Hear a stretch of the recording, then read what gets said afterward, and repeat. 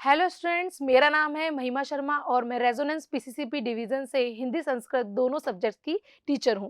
तो आज हम स्टार्ट करेंगे क्लास 10 का कोर्स बी का स्पर्श भाग 2 का चैप्टर बड़े भाई साहब। उसके बारे में हम कुछ पाठ का सारांश देखेंगे, साथ में कुछ क्वेश्चन आंसर्स भी सॉल्व करेंगे जो आपको हेल्प करेंगे आपके आने वाले पेपर्स में। तो स्टार्ट करते हैं कक्षा 10वीं का कोर्स बी ब स्पर्श भाग 2। टॉपिक है हमारा गद्य खंड का बड़े भाई साहब, जिनके लेखक हैं प्रेमचंद। तो स्टार्ट करते हैं पाठ का सारांश।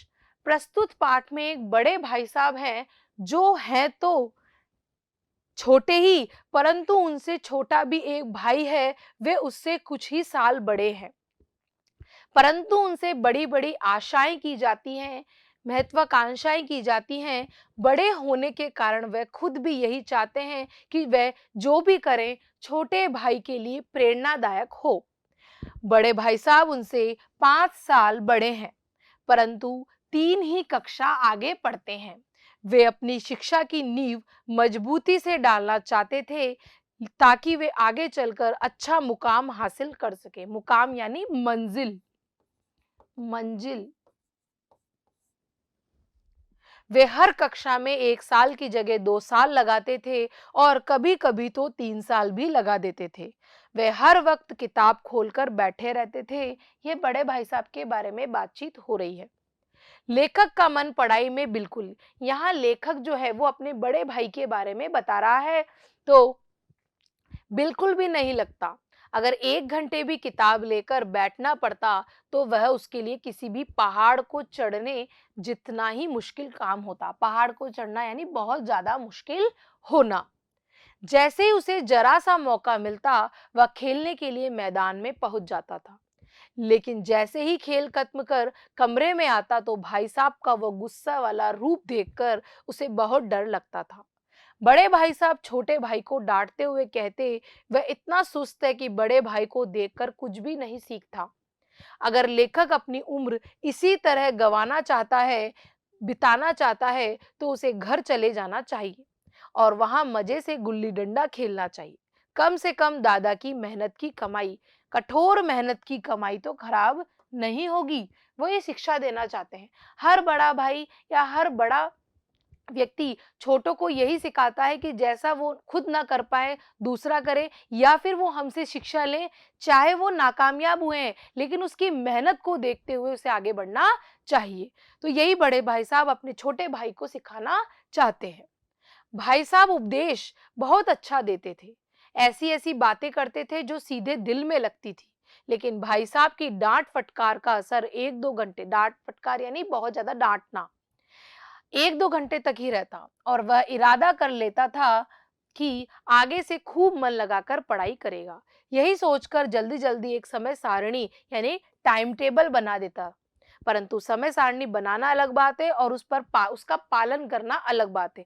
जब भी हमें कोई घर में भी कोई बड़ा शिक्षा देता है तो हम 2-5 मिनट तक उसके बारे में सोचते हैं, फिर सोचते हैं अरे यार अब से कल से तो हम यही करेंगे, अब हमें तो बिल्कुल टाइम टेबल बनाना है। तो हम बैठ जाते हैं, ये कर, कल ये करना है, परसों ये करना है, या सब्जेक्ट वाइज टाइम टेबल बना लेते हैं। लेकिन वो 1-2 दिन तक ही चलता है क्योंकि वो जोश में होता है। उसके बाद वैसे के वैसे हालात हो जाते हैं। यही छोटे भाई अपने बड़े भाई को देख करके करते हैं। वार्षिक यानी सालाना जो परीक्षा होती है, सालाना, एनुअल, एनुअल टर्म्स जो होते हैं हमारे, भाई साहब फेल हो गए और लेखक पास हो गया। लेखक अपनी कक्षा में प्रथम आया, पहला, प्रथम। अब लेखक और भाई साहब के बीच केवल 2 साल का ही अंतर रह गया। इस बात से उसे अपने ऊपर घमंड होने लगा और उसके अंदर आत्मसम्मान भी बढ़ गया। बड़े भाई साहब लेखक को कहते हैं कि वह ये मत सोचो कि फेल हो गए हैं। जब वह उनकी कक्षा में आएगा तब उसे पता चलेगा क्या क्या देखना पड़ता है, कितना कठिन होता है पढ़ना, मेहनत करनी पड़ती है। जब अलजेब्रा और ज्योमेट्री, मैथ्स के बारे में बता रहा है कि अलजेब्रा और ज्योमेट्री करते हुए कठिन परिश्रम करना पड़ेगा और इंग्लिस्तान यानी इंग्लिश का इतिहास याद करना पड़ेगा, तब उसे पता चलेगा बादशाहों के नाम याद रखने में कितनी परेशानी होती है। परीक्षा में कहा जाता है कि समय की पाबंदी पर निबंध लिखो, ऐसे लिखो, तो वो 2-4 पन्नों से कम नहीं होना चाहिए। अगर आप अपनी कॉपी सामने रखकर अपनी कलम हाथ में लेकर सोच-सोच कर पागल होते रहो, लेकिन सोच रहा था कि अगर पास होने पर इतनी बेइज्जती हो रही है, तो अगर वह फेल हो गया होता तो पता नहीं भाई साहब क्या करते उसके साथ में, शायद उसके प्राण ही ले लेते। लेकिन इतनी बेइज्जती होने के बाद भी पुस्तकों के प्रति मेरी कोई रुचि नहीं हुई। खेल-कूद का जो भी अवसर मिलता, वह हाथ से जाने नहीं देता। पढ़ता भी था लेकिन बहुत कम, बस इतना पढ़ता था कि कक्षा में बेइज्जती ना हो। फिर से सालाना परीक्षा हुई, वार्षिक परीक्षा हुई, कुछ ऐसा इत्तेफाक हुआ कि लेखक फिर से पास हो गया। इत्तेफाक शब्द उर्दू का होता है, ठीक है? और भाई साहब जिसे हम कोइंसिडेंस कहते हैं, भाई साहब इस बार फिर फेल हो गए। जब परीक्षा का परिणाम सुनाया गया, रिजल्ट आया, तो भाई साहब रोने लगे। परिणाम यानी रिजल्ट।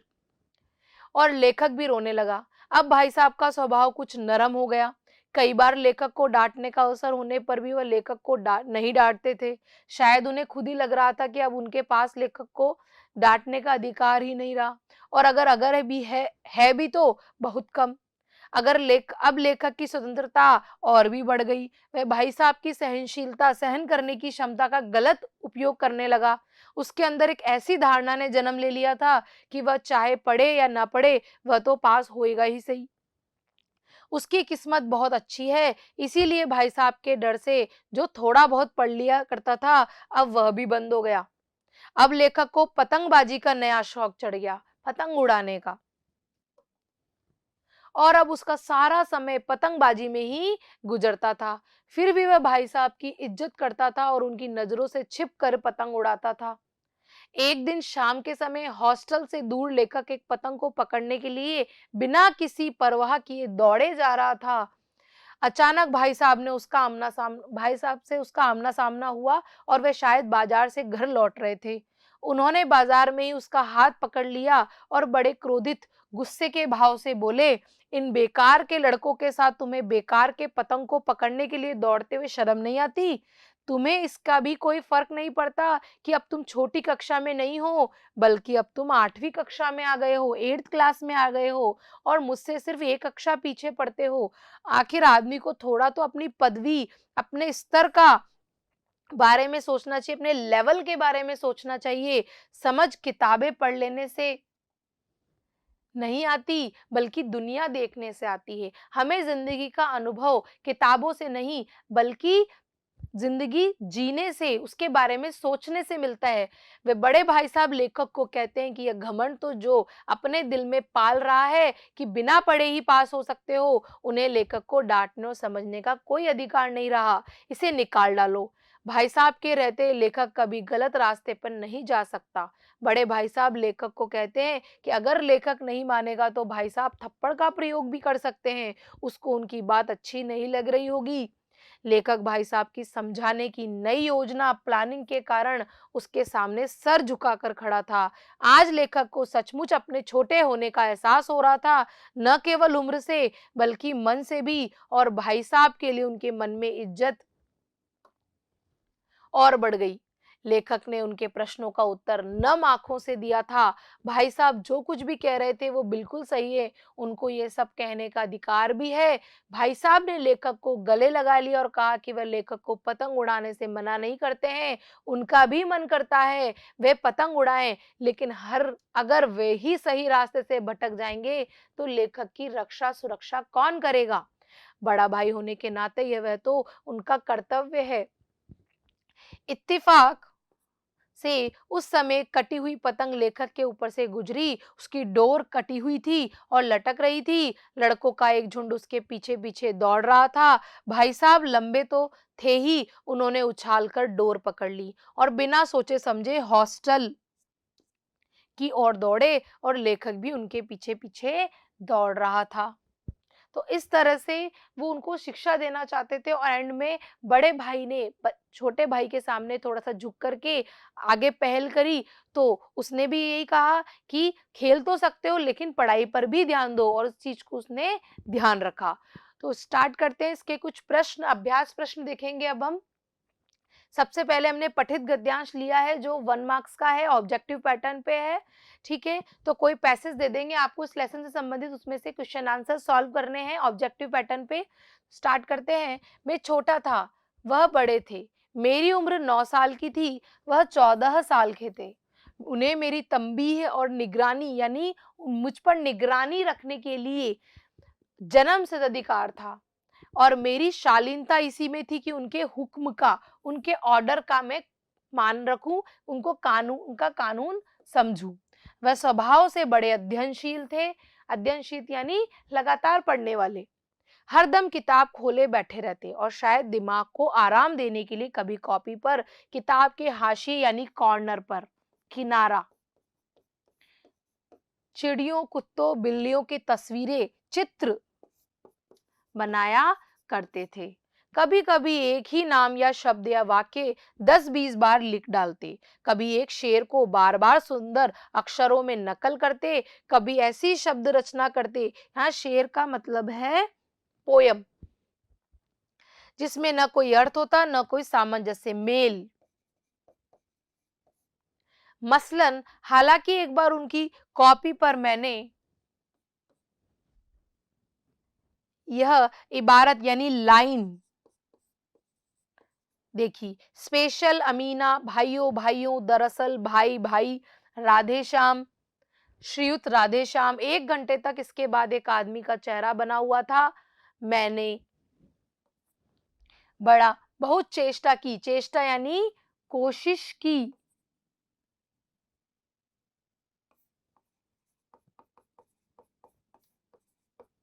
इस पहेली का कोई अर्थ निकालूं, लेकिन असफल रहा और उनसे पूछने का साहस भी नहीं हुआ। वह 9वीं जमात यानी कक्षा में थे और मैं 5वीं यानी 5th क्लास में। उनकी रचनाओं को समझना मेरे लिए छोटा मुंह बड़ी बात यानी समर्थ न होना। आप जिसके लायक नहीं है वो चीज आप सोचें तो वो छोटा मुंह बड़ी बात होता है। ये एक मुहावरा है। तो क्वेश्चन स्टार्ट करते हैं। बड़े भाई साहब का जन्मसिद्ध अधिकार क्या था? 4 ऑप्शन है। छोटे भाई को प्यार करना, छोटे भाई को उपदेश देना, मौज मस्ती करना, छोटे भाई को डांटना डपटना और निगरानी करना। तो ये लेसन में भी आया हुआ है। तंबीह और निगरानी करने का सिद्ध अधिकार था। तो ये आंसर रहेगा हमारा घ।